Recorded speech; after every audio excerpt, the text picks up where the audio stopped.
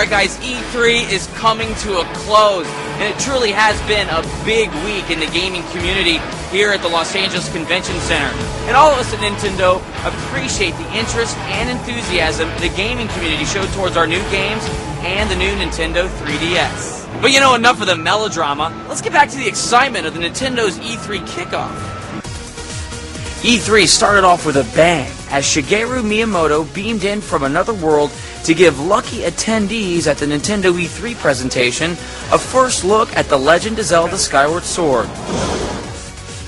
Also announced in the presentation was the return of Kirby in Kirby's Epic Yarn, GoldenEye, Wii Party, Mario Sports Mix, and more. But the real showstopper was the Nintendo 3DS, a 3D experience without glasses. And games for the new platform are on their way. Nintendogs Plus Cats, Kid Icarus Uprising, and many more. To close the show, 100 of the Nintendo 3DS units were carried out into the audience for a first ever hands-on with the revolutionary game console. Amazing. The detailing is really impressive. Pretty amazing 3D. If you move the slider, it actually goes from 2D to 3D without any problem at all. It's just amazing. 1 hour later, E3 officially opened, but the buzz had spread and the Nintendo booth was jammed.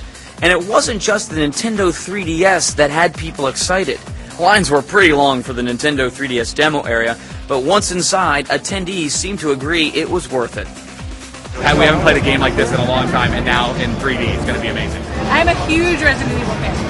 I love Resident Evil. Just the way like the depth is without even using glasses, it's amazing. And they actually made him fluffy, so it doesn't feel like this little block creature. It's adorable. That's awesome.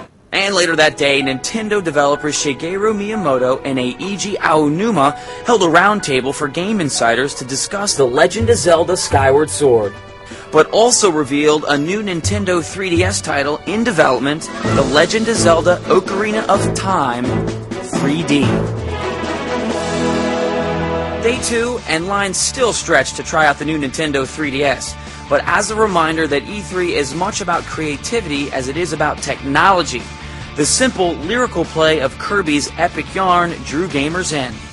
And the paintable worlds of Disney Epic Mickey showed gamers that the mouse still has it. And it uses an interesting paint and paint thinner system, and it really changes the layout of the game and how you can move about it. Day 3 drew to a close all too quickly, and attendees scrambled to fit new games in their play schedules as E3 powered down.